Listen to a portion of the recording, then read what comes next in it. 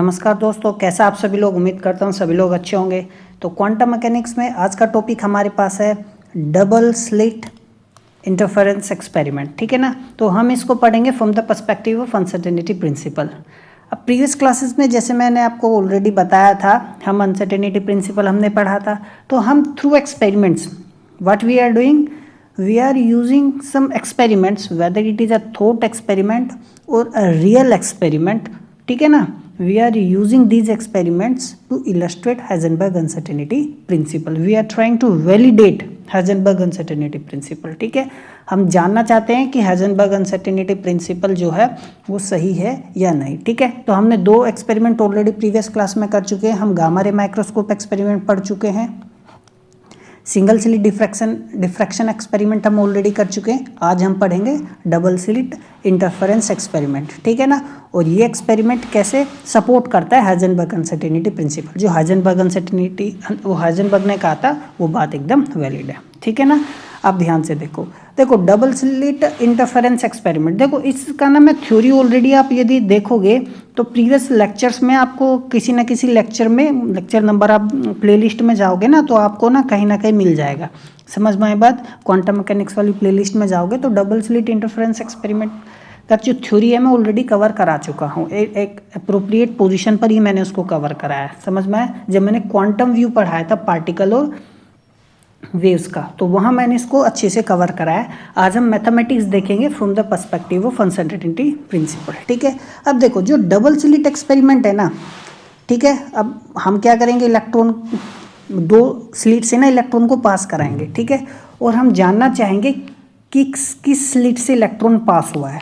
ठीक है ना। और जब हम जैसे ही हम जानने की कोशिश करते हैं ना किस स्लिट से इलेक्ट्रॉन पास हुआ है तो इंटरफेरेंस पैटर्न डिसअपियर हो जाता है। ठीक है ना। This phenomena is deeply rooted in uncertainty principle. ठीक है।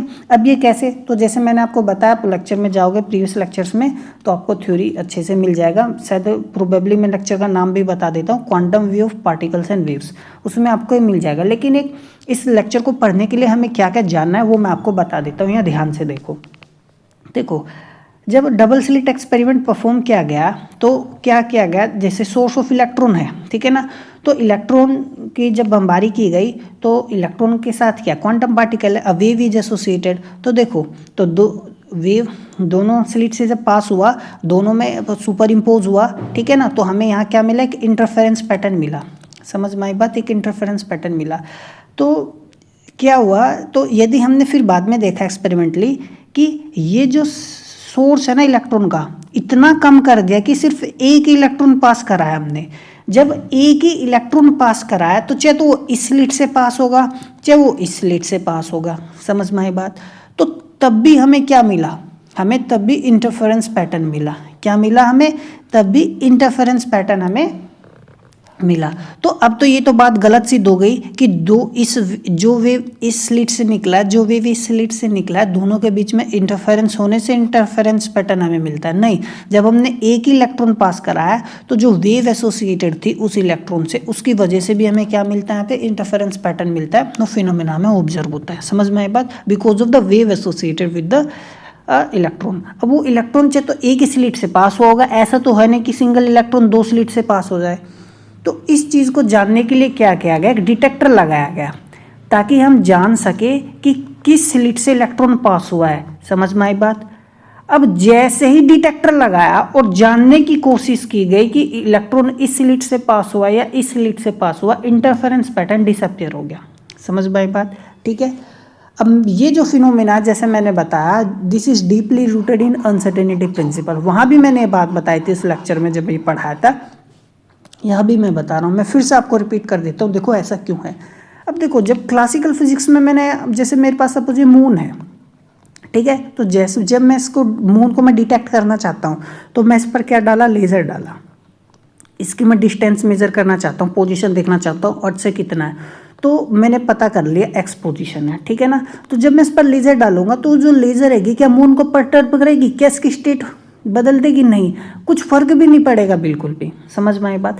लेकिन जो क्वांटम पार्टिकल होते हैं ना, जो क्वांटम पार्टिकल होते हैं, ठीक है ना, जब उन क्वांटम पार्टिकल को डिटेक्ट करने के लिए उन पर लाइट डालते हैं तो वो लाइट क्या करते हैं, इन पार्टिकल्स को परटर्ब कर देती है। समझ में आई बात। अब पोजीशन जो हमें पता चली थी, अब परटर्बेशन की वजह से हो सकता है इसका जो मोमेंटम है उसमें चेंज आ जाएगा। समझ में, इसकी स्टेट बदल जाएगी, तो प्रिसाइजली मैं पता ही नहीं कर पाऊंगा। समझ में, because of the perturbation that has occur that we the light that we used. समझ में आई बात। तो अनसर्टेनिटी आ जाएगी उसकी पोजीशन यदि करेक्टली मेजर पता चल गई तो मोमेंटम नहीं पता कर सकता, मोमेंटम पता चल गया तो पोजीशन मेजर नहीं पता कर सकता। हो सकता है उसकी एनर्जी में अनसर्टेनिटी आ जाए, फ्रीक्वेंसी में अनसर्टेनिटी आ जाए। समझ में है मैं क्या कह रहा हूँ, वेव नंबर में। ठीक है, तो ये सारी चीज़ है, तो यही हमें पढ़ना है। अब ध्यान से देखो, अनसर्टेनिटी इन पोजीशन की यदि मैं बात करूँ तो ये मेरे पास डबल स्लिट एक्सपेरिमेंट हो गया।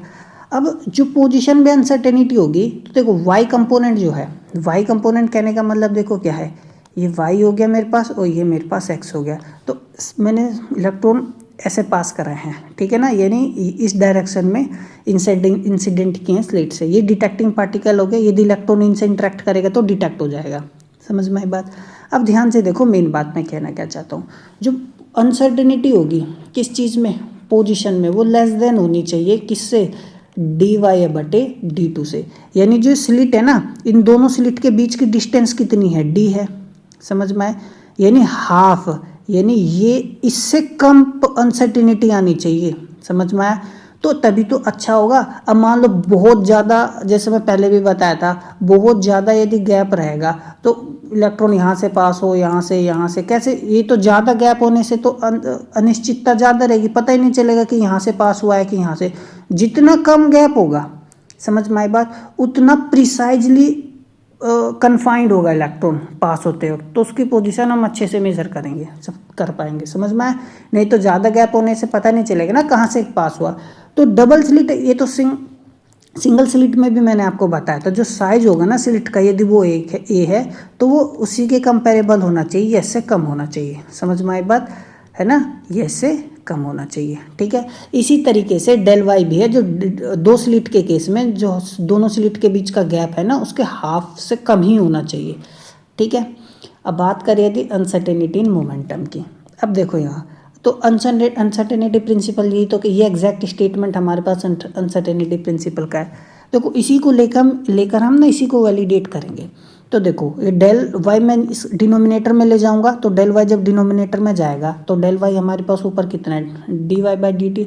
तो देखो डेल वाई कम है ना, ठीक है ना, किससे कम है, d y by d two से।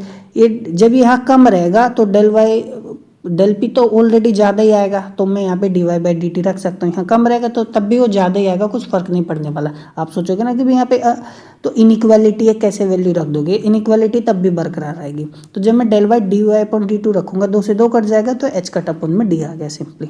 ठीक है, अब देखो यदि मैं बात करूँ एंगुलर अनसर्टेनिटी की, देखो जब इलेक्ट्रॉन यदि पहले तो सिंपल सीधी रेखा में जा रहा था, जब वो स्लिट से पास होगा, ठीक है ना, वो ऐसे मूव कर सकता है, ऐसे मूव कर सकता है। समझ में आया, तो उसमें वाई कंपोनेंट भी आएगा। क्या आएगा, वाई कंपोनेंट भी आएगा। अब जैसे इनिशियली मेरे पास ये था, है ना, देखो डिप स्लिट से पास होने के बाद उसका मोमेंटम कितना है, पी है। तो एक्स डायरेक्शन में मोमेंटम पी एक्स हो गया और वाई डायरेक्शन में कितना हो गया, डेल पी, वो पी या डेल पी में ले सकता हूँ। समझ में, क्योंकि चेंज आया ना मोमेंटम में उसके। ठीक है, तो ये मेरे पास यदि एंगल थीटा है, अब ये थीटा एंगल क्या है, जो सेंट्रल मैक्सिमम है ना, और जो फर्स्ट मिनिमा है, ये क्या है, ये मिनिमा है।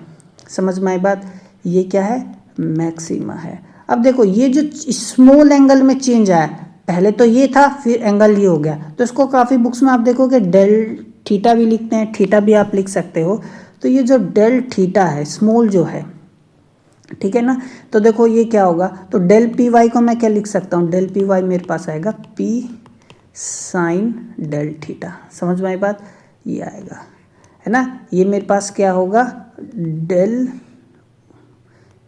पी एक्स जो होगा, ये क्या होगा, पी कोस डेल थीटा। अब मेरे को इस कंपोनेंट से कोई लेना देना नहीं है, क्योंकि मेरे पास अनसर्टेनिटी जब वाई डायरेक्शन में है तब मैं अनसर्टेनिटी मोमेंटम में भी वाई डायरेक्शन में ढूंढूंगा। समझ में आई बात। अब देखो ये हो गया, तो यदि थीटा बहुत ज़्यादा छोटा है तो हम जानते हैं जो साइन एंगल होता है वो अप्रोक्सीमेटली एंगल के इक्वल आता है। समझ में आई बात? ठीक है। अब देख लो जैसे साइन जीरो क्या होता है ना, साइन जीरो की वैल्यू जीरो ही तो होती है, एंगल जितना छोटा वो उसी के इक्वल आ जाएगा साइन के केस में। तो इसी वजह से ना जो यहाँ पे एंगल बहुत स्मॉल होता है, ये बहुत ज़्यादा स्मॉल होता है।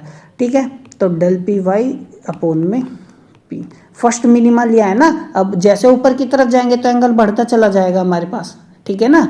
यदि मैं ये लूँगा तो एंगल तो ज़्यादा हो जाएगा ना, तो हमने सिर्फ मिनिमा और मैक्सिमा का केस लिया है ना, इन दोनों के बीच का जो एंगल है।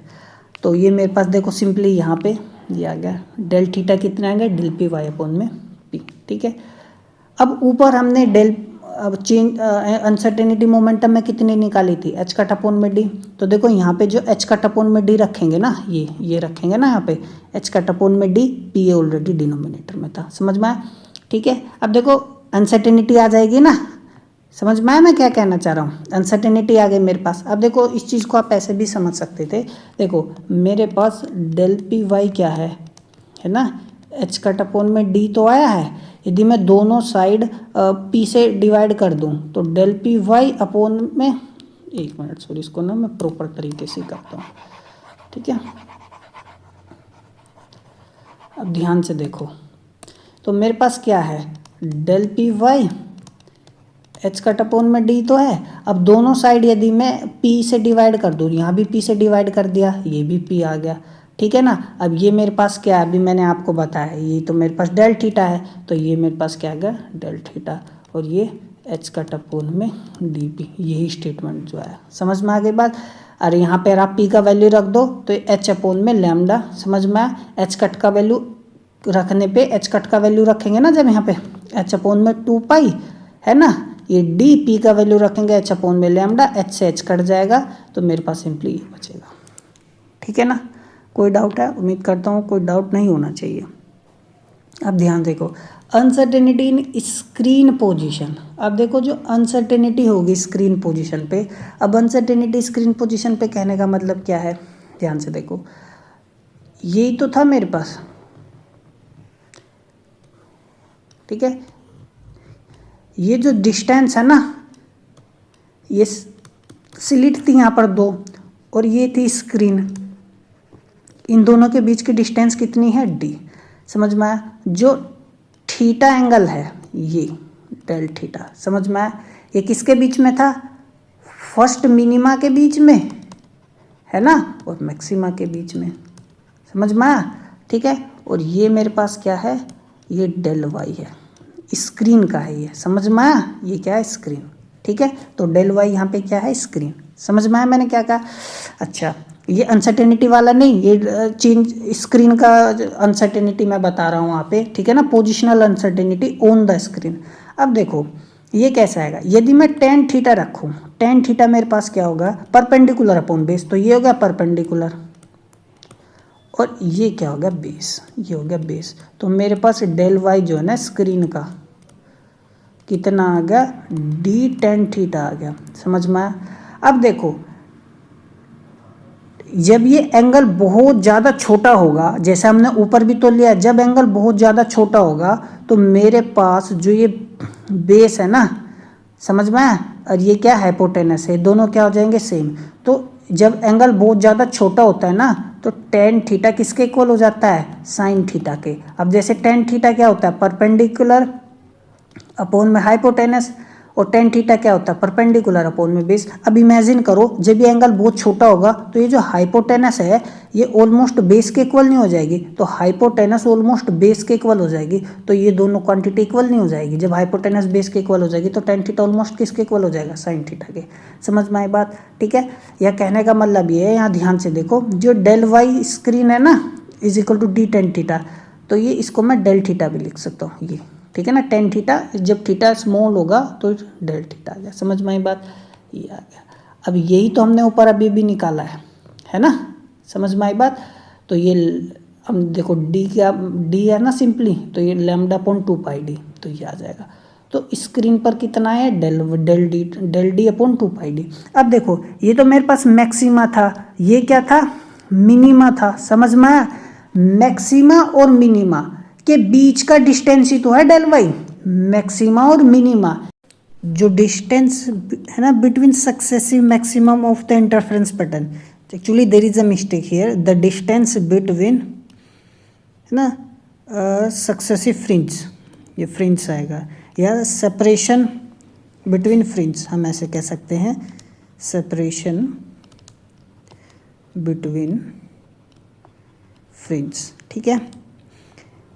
यानी मैक्सिमा मिनिमा के बीच का जो डिस्टेंस है वो कितना होता है, लैम्डा डी अपॉन में डी, या दो फ्रिंज के बीच का डिस्टेंस कितना होता है, लैम्डा डी अपॉन में डी, ठीक है। अब देखो जो हमने निकाला है ना अनसर्टेनिटी इन स्क्रीन पोजीशन, ये जो हमने निकाला है, ठीक है, हमारा कितना आया है, देखो हमारे पास तो आया है लैम्डा डी अपॉन में 2 पाई डी, समझ में आए, तो ऑलमोस्ट सेम है, समझ में, ऑलमोस्ट सेम है। तो ये क्या शो कर रहा है, ये शो कर रहा है, हमने ये कब मान के किया, हमने अनसर्टेनिटी प्रिंसिपल को we did this by taking into account uncertainty principle, समझ में आई बात, अनसर्टेनिटी प्रिंसिपल को ध्यान में रखते हुए हमने ये किया है, तो दोनों का ऑर्डर लगभग सेम आएगा। अब देखो ध्यान से, जो 2 का फैक्टर आ रहा है ना, ये 2 का फैक्टर भी यहाँ इसीलिए आ रहा है क्योंकि देखो हमने ऊपर क्या किया था, यहाँ ध्यान से देखो, मैंने ये प्रिंसिपल लिया था ना डेल पाई वाई, ये 2 लिया था, तो यदि आप अनसर्टेनिटी प्रिंसिपल को इस फॉर्म में लोगे,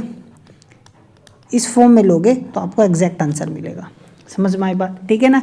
मैंने एग्जैक्ट अनसर्टेनिटी प्रिंसिपल का वैल्यू लिया था तो कोई दिक्कत नहीं, ठीक है ना। ये एक्चुअली में ऑर्डर हमें बताता है, समझ में आया मैं क्या कह रहा हूँ, ठीक है ना।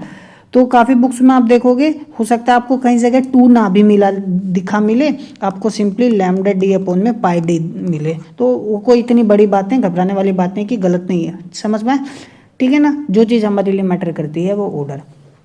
तो जो डेल वाई स्क्रीन है ना, जो मतलब है ये कंपेरेबल है, यानी जो फ्रिंज सेपरेशन बिटवीन फ्रिंजेस है ना वो क्या है, कंपेरेबल है, ठीक है ना। तो uncertainty principle leads to conclusion that if an attempt is made to determine through which slit the electron pass the interference pattern disappear, this is known to be correct experimentally, ठीक है ना। तो uncertainty principle must be true. अब देखो एक बहुत important बात मैं आपको बताना, इसी एक्सपेरिमेंट से संबंधित ध्यान रखो। देखो अब जो शिफ्ट आया है ना, स्क्रीन पर शिफ्ट कितना आया है, इतना आया, ठीक है ना। तो जो फ्रिंज है ना वो लगभग इतनी शिफ्ट होगी और उतना ही फ्रिंज के बीच का लगभग डिस्टेंस है, तो डिसअपियर नहीं हो जाएगा मेरे पास पैटर्न, समझ में आए। जब हम ये मेरे पास सपोज इंटरफेरेंस पैटर्न है, तो जैसे ही मैं डिटेक्ट करने की कोशिश करूंगा ना इलेक्ट्रॉन्स को, तो इलेक्ट्रॉन्स में क्या हो जाएगा, परटर्ब हो जाएंगे इलेक्ट्रॉन्स, ठीक है ना। तो इलेक्ट्रॉन क्या हो गए, परटर्ब, और फ्रिंज पर कितना चेंज आ गया, डेल वाई चेंज आ गया, तो शिफ्ट हो गई फ्रिंज क्या हो गई, शिफ्ट हो गई, ठीक है ना। जैसे फ्रिंज शिफ्ट हुई, पहले इंटरफेरेंस पैटर्न था, अब इंटरफेरेंस पैटर्न नहीं है, समझ में आया। मिनिमा के ऊपर मैक्सिमा आ गया, मैक्सिमा के ऊपर मिनिमम आ गया, जब भी शिफ्ट होगा मैक्सिमा मिनिमा पे चलेगा, मिनिमा मैक्सिमा पे चला गया, समझ में आ रहा है मैं क्या कह रहा हूँ यहाँ पे, ठीक है ना। इस जैसे ही हम डिटेक्ट करेंगे, जैसे ही हम डिटेक्ट करेंगे इंटरफेरेंस पैटर्न क्या होगा, डिसअपियर हो गया। वो डिसअपियर इसलिए हुआ क्योंकि जैसे ही हमने इलेक्ट्रॉन को डिटेक्ट करने की कोशिश, it gets disturbed, it gets perturbed, समझ में आया, ठीक है ना।